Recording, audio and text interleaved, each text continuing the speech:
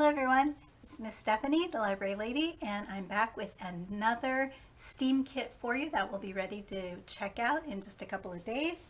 And so this new STEAM kit is all about numbers. So I have a quiz for you. Look at this jar. How many of these cubes do you think it takes to fill up this jar? Stay tuned, I'll tell you a little bit later. So remember, every kit comes with a book or two and an activity or two or three. This particular kit, Estimation and Patterns, things related to math, has 2 books and 2 activities. So first, the books. Kind of like guessing how many cubes are in this jar.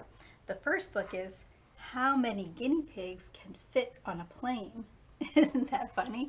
I wonder. I'm going to have to read this book to find out. But so this book is all about numbers and math and estimating and figuring out how about counting things and how much things weigh. So this book is pretty cool. It gives you all kinds of different math facts and ways to learn how to estimate or kind of have a smart guess about numbers. And then the next book is called Greater Estimations. And I wonder how many of those little ducks are on the front cover. Maybe if you are working hard, if you get this kit, you can figure it out. And on each page here, it gives you just different little challenges. How many teddy bears are tucked in for bed? First you guess, and then you figure it out.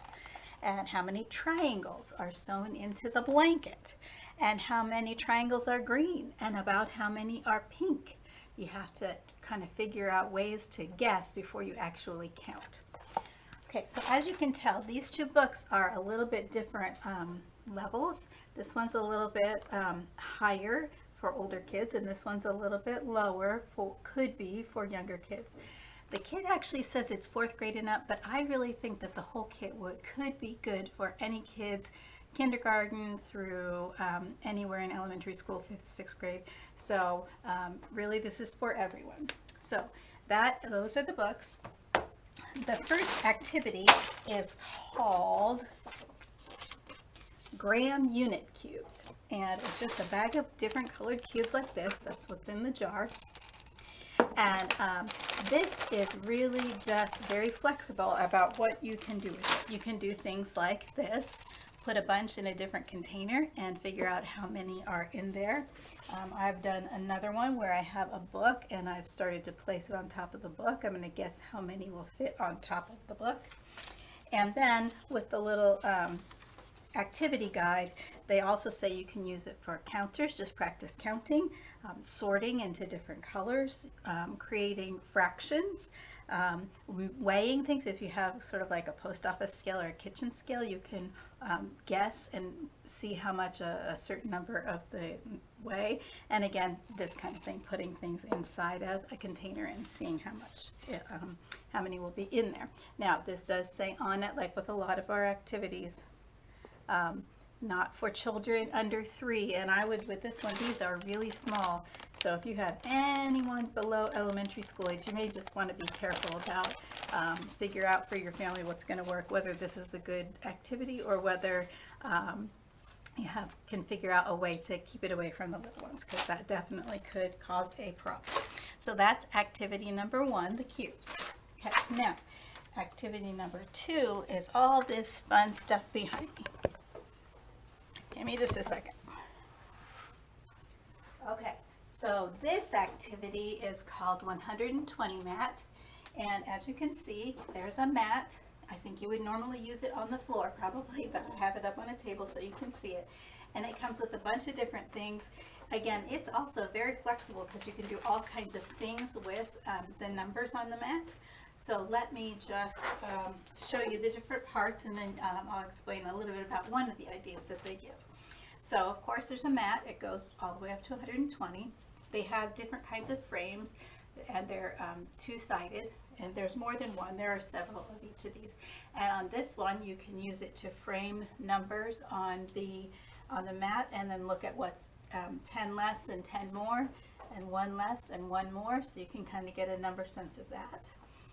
If you're going to play a game or do an activity where you want to find numbers, you can either frame them, find them and frame them, or you can cover them up and figure out what you think is under those. It also has several cubes. So you have some cubes that you can make numbers. One of the main activities they recommend for the younger ones is roll to die, see what the numbers are.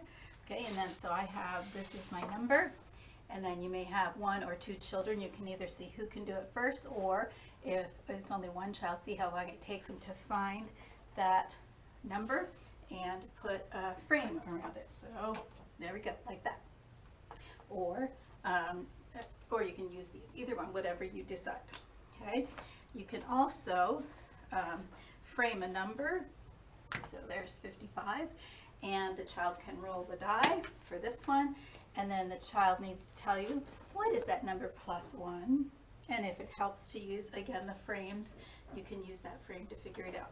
And again, roll it, what is that number plus 10? And they can use the frame if they need to or not. So there are a few of those frames, maybe 4 or 5, and then a whole bunch of these single frames and a whole bunch of the cover-ups. Okay, so there you have it. Let's just go back and look again. So the last activity was called 120 mat. Okay, and then we have all the cubes for using for different things, and our 2 books, Greater Estimations and How Many Guinea Pigs Can Fit in an Airplane. Come on in and see us, and you can put these on hold in our catalog. Also, remember that parents, you need to sign a small checkout sheet that just goes over the different pieces and parts, and you verifying that you will bring those back in good condition. Have fun doing math. Oh, and by the way, how many are in here? Do you know? 66. See you later.